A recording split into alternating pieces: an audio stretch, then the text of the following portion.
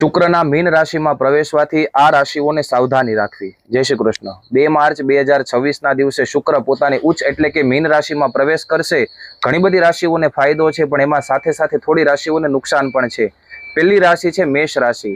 શુક્ર 12મા ભાવમાં હોવાથી અચાનક ખર્ચ વધી શકે છે। લક્ઝરી પાછળ વધુ નાણાં ખર્ચાય તેવી શક્યતા છે, જેનાથી બજેટ બગડી શકે છે।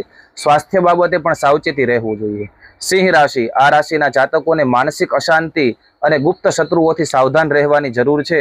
વાણી પર સંયમ ન રાખવાથી સંબંધોમાં કડવાશ આવી શકે છે। તુલા રાશિ। શુક્ર 6ઠા ભાવમાં આવવાથી સ્વાસ્થ્ય સંબંધિત સમસ્યાઓ થઈ શકે છે। કોર્ટ કચેરી કે વિવાદોથી દૂર રહેવું હિતાવહ છે। શત્રુઓ હાવી થવાનો પ્રયાસ કરી શકે છે। કુંભ રાશિ। આર્થિક લેવડ દેવડમાં ખાસ તકેદારી રાખવી। રોકાણ કરતા પહેલા 10 વાર વિચારવું, નહીતર નાણાકીય ફટકો પડી શકે છે। શુક્રના નકારાત્મક પ્રભાવને ઓછો કરવાના ઉપાયો પણ અહીંયા ઘણા બધા આપેલા છે। દર શુક્રવારે માતા લક્ષ્મીની પૂજા કરી સફેદ ફૂલ અર્પણ કરવા, ઓમ શુક્રાય નમઃ મંત્રનો જપ કરવો, ગરીબ કન્યાઓને દૂધ અથવા દહીં જેવી સફેદ વસ્તુઓનું દાન કરવું અથવા ભોજન કરાવવું। જય શ્રી કૃષ્ણ।